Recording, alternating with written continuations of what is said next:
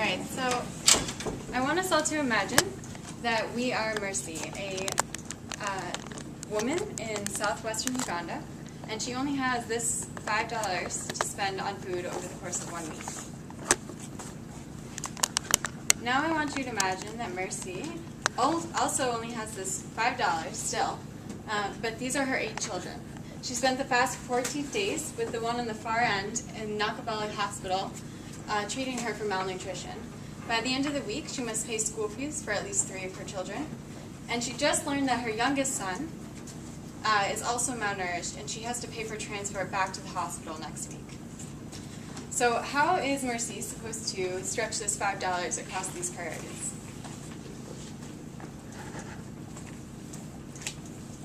Now imagine if that woman could increase her $5 by $5 more by participating in an income-generating activity that she already knows how to do and that she could do in her spare time. That's what the Partnership for Sustainable Growth is trying to conclude.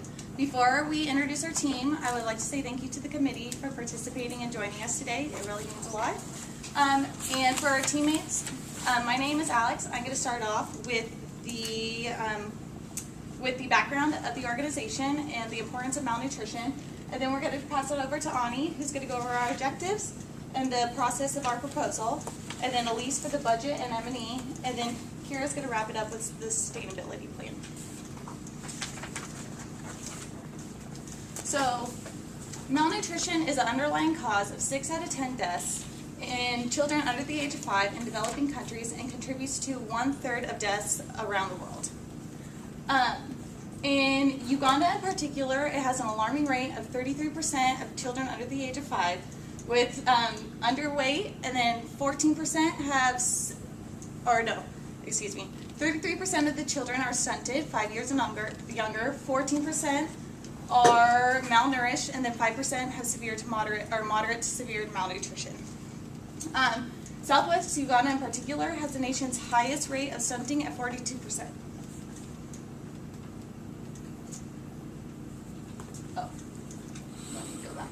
So why do we care about malnutrition rates?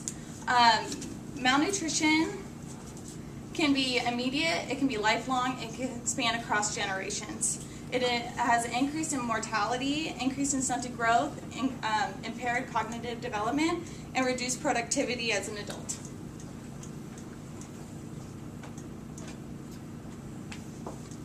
So what we have here,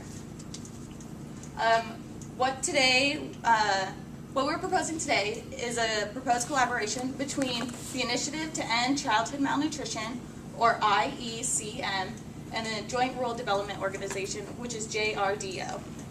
So IECM is composed of 3 major components. The first, they provide inpatient care for moderately to severe malnourished children in the Rukungiri district. The second one is that it provides outreach, so trained professionals go out into the communities and recognize moderate and to severe malnourished children, and also provide for the underweight children. In addition, that encompasses both the outpatient and inpatient care. They provide nutritional education as well. And they can do this due to the generous donations provided by IECM. Unfortunately, there are still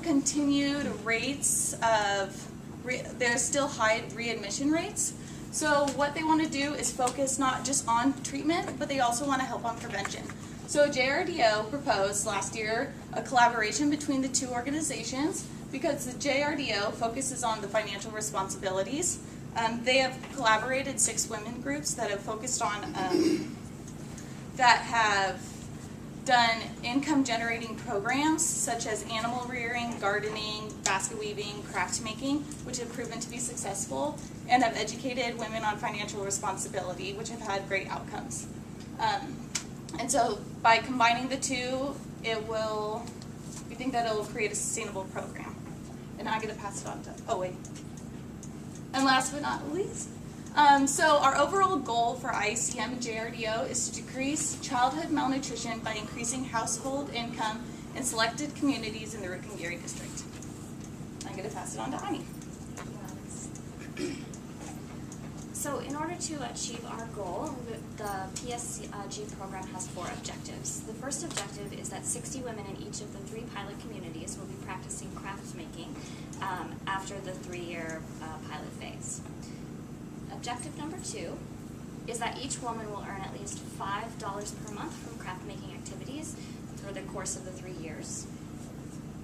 Objective 3 is that all women will demonstrate at least one of the following financial skills, so opening a savings account, purchasing diverse food for her children, or reinvesting a portion of her earned income back into craft making. The fourth and final objective, which is really key, is that all children under 5 of women practicing these craft activities will be between the 15th and 85th percentile for arm circumference for age.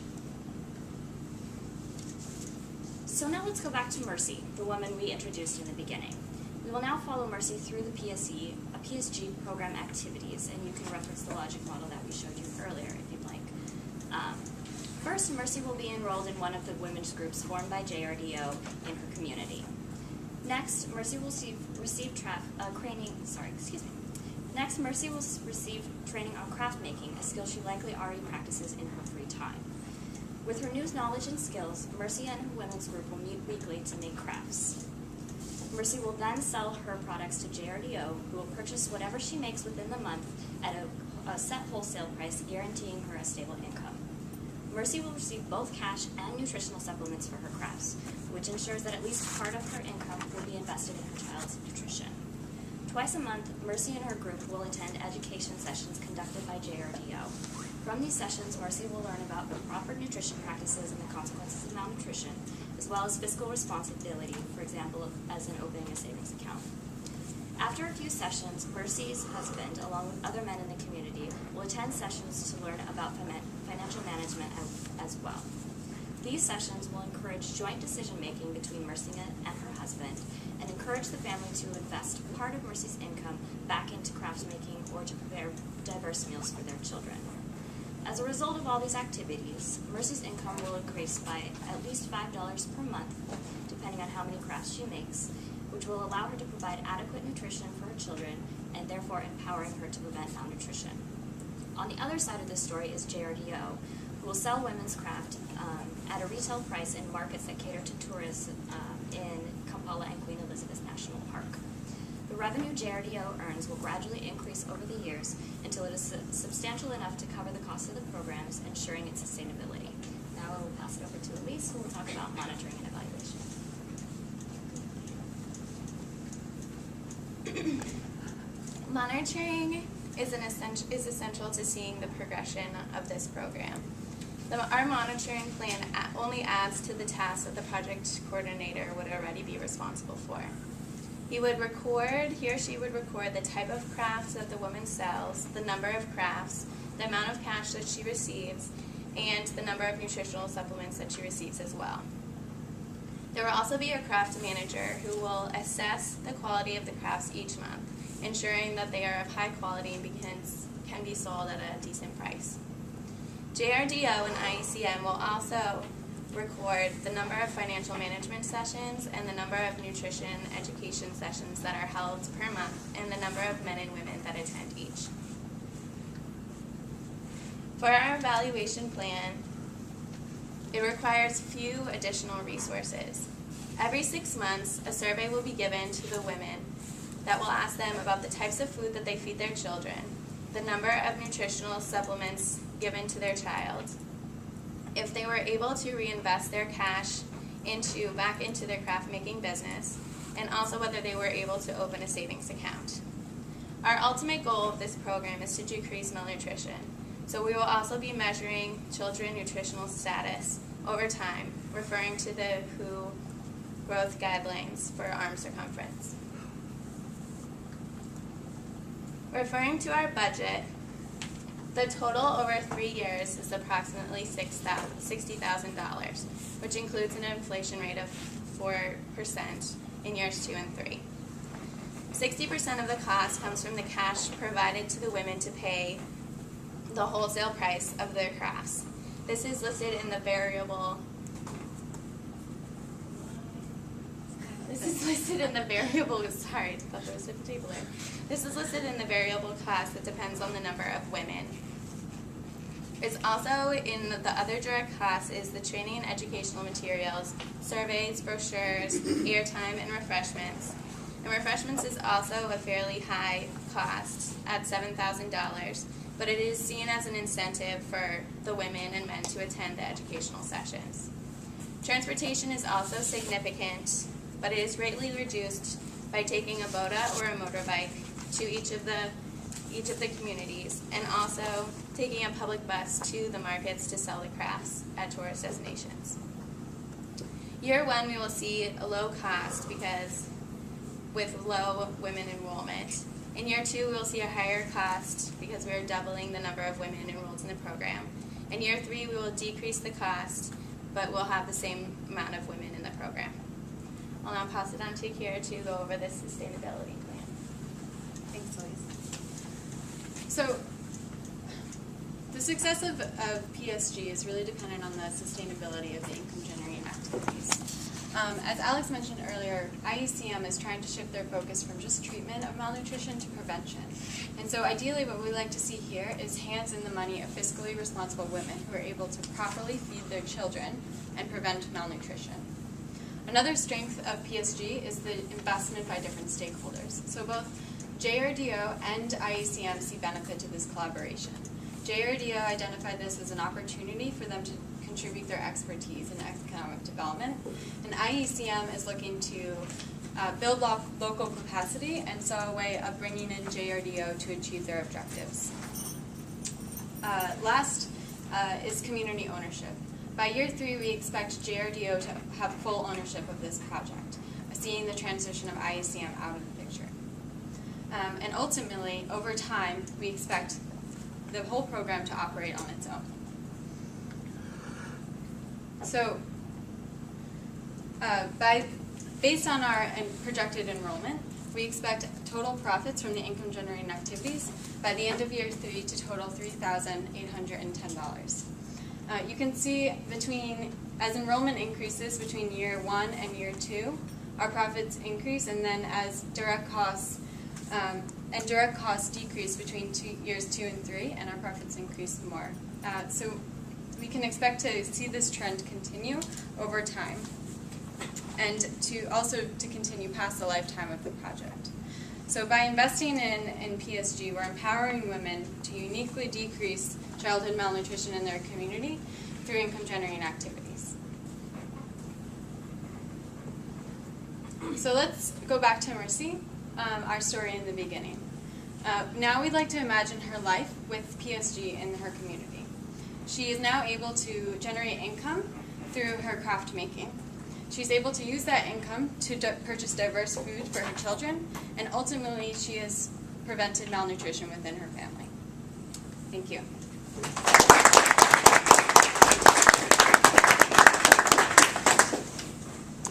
Good. Maybe we'll start with David. Well, congratulations. There's a lot to commend. If I told you all the things I thought were well done, I'd take the whole 15 minutes. So well done. I thought really excellent job of structuring the presentation, of sort of drawing us in, walking us through. Clarity was excellent. One thing I learned from someone who was very successful in politics was that when you're presenting, it's always good to, anytime you offer a data point or a statistic, to pair that with a story or an anecdote. Anytime you use a story, to also have a piece of data. And you did that at the beginning. You told us about Mercy, but then you also had statistics about malnutrition, and I think that was really effective. And your conclusion, you did exactly something I commented earlier about sort of painting a picture of success, kind of closing the loop, so that was great. The questions I want to ask are about the sort of business side. I teach in the business school, so I get to ask the business questions. So who buys the crafts? JRDO will be purchasing them from the women, and then they'll be acting as the connector to larger markets in Kampala and other tourist spots to then sell them to craft vendors there. And what happens then? So JRDO sells it to them, they pocket that money, does that go back? Yeah. Why bother, right? Why bother having JRDO go to the craft? That's a whole new business for JRDO to get into.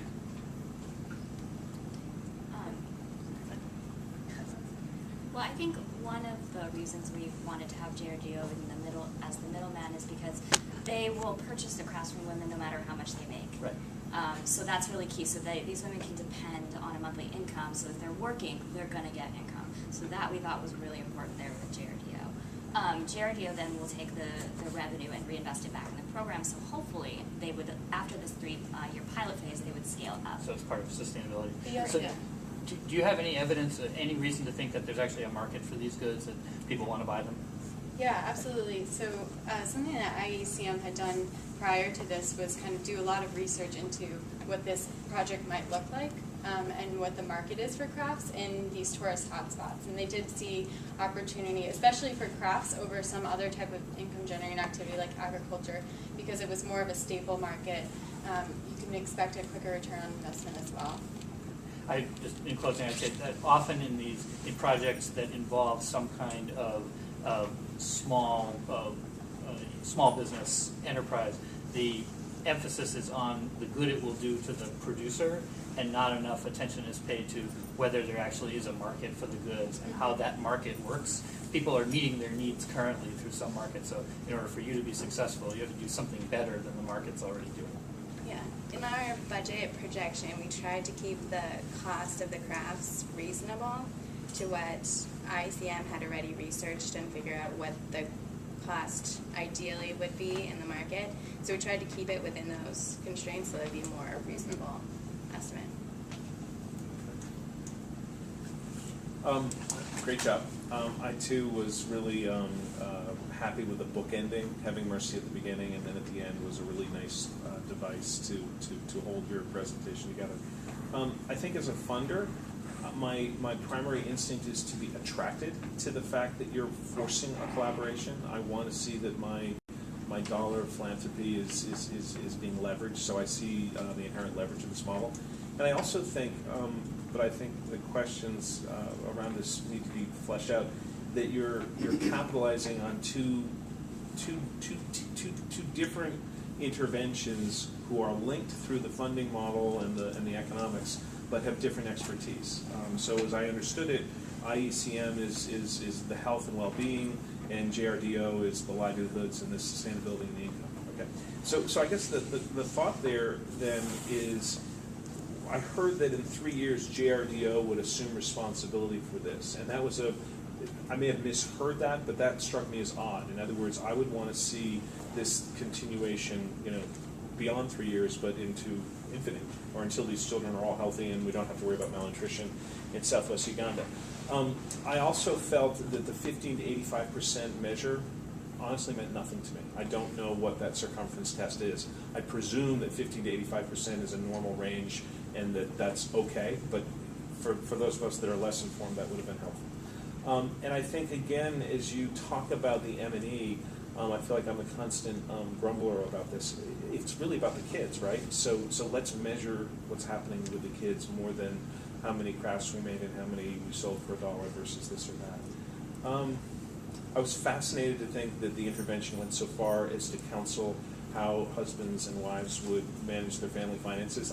Hand on my heart, that sounds like a good idea, but wow, that seems to be taking you way beyond the thrust. And again, I think as I first heard it, maybe a little bit of my former life coming through, if JRDO is going to own the money piece of this, what kind of financial condition is JRDO in today? And what guarantees are there that Mercy and others like her who develop this dependency aren't left hanging when the rug's pulled out from underneath them? Because as a funder, my primary concern is to do no harm, and so I felt there was some vulnerability in the financial well-being of JRDO. Yeah. A checks and balances system would definitely need to be put in place, but JRDO is a community-based organization, mainly run by volunteers right now. Yeah. So they're very involved in the community already, so they're like part of the community. So they'd just be like teaching their peers and their neighbors. So it's a more like collaborative effort, so it'd be less likely to have like the rug completely pulled out.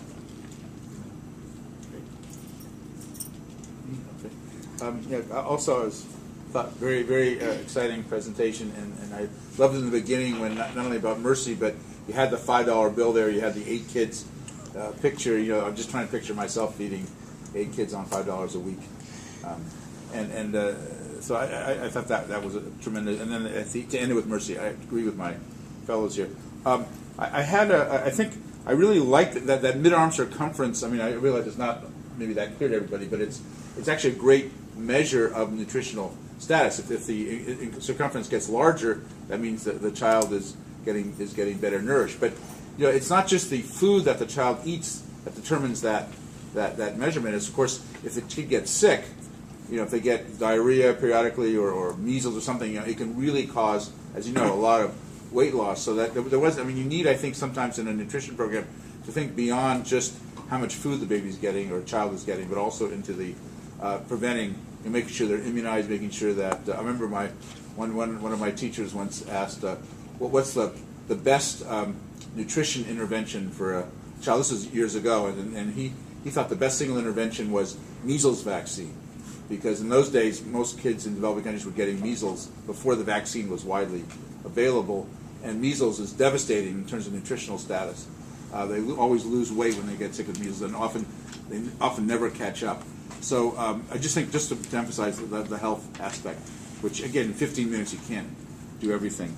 But I'm also, I guess I get nervous when you rely on crafts as a way to generate income. At least in countries where I've been, I've seen projects which rely on selling. I think you have a better setup than most, you know, with the IECM and the what is it, JRDO, the groups. I mean, I think you've got it well structured, well organized. But it's so, you know, relying on tourists to buy baskets or whatever it is that they're making. I mean, it may seem like it's going to work, but I've seen places where, despite every expectation, it just doesn't happen the way you think. And so it's hard. Income generating is tough, and you've done about as good a job as you can do. But it just makes me nervous if I'm dependent on those tourists, you know, in Kampala, wherever, going to the market and buying the baskets. But great job anyway. Congratulations. So I echo everything everyone else said. But I thought you guys were excellent presenters. Again, I thought you guys just did a great job with the flow and walking people through your goal, your objectives. So that was great. I like that it was comprehensive and that you're involving men and you're looking at health and income generation and not just kind of one thing. I echo these guys' concerns about the market. What happens if JRDO can't sell the crafts? Because that sometimes happens. I'm wondering how long of a guarantee they have, and if they can't sell them, what happens with the program and the skills. One thing that I think that would be missing for me that might answer this a little bit, for malnutrition, you kind of need a continuum. You need a comprehensive program. So you might want to look at agriculture. So you might have, I know you said it wasn't as profitable, but not necessarily for sale, but for consumption. So a lot of the health projects that are nutrition focused have a gardening component where they might train women in gardening, help them get a plot, help them purchase seeds and watering cans and know how to care for the things, and help them come up with crops that are local and have a balanced diet so that they can feed their family, so that they don't have to just focus on the craft market. Though that is great to kind of try all the different angles. I would definitely want to include that. And then just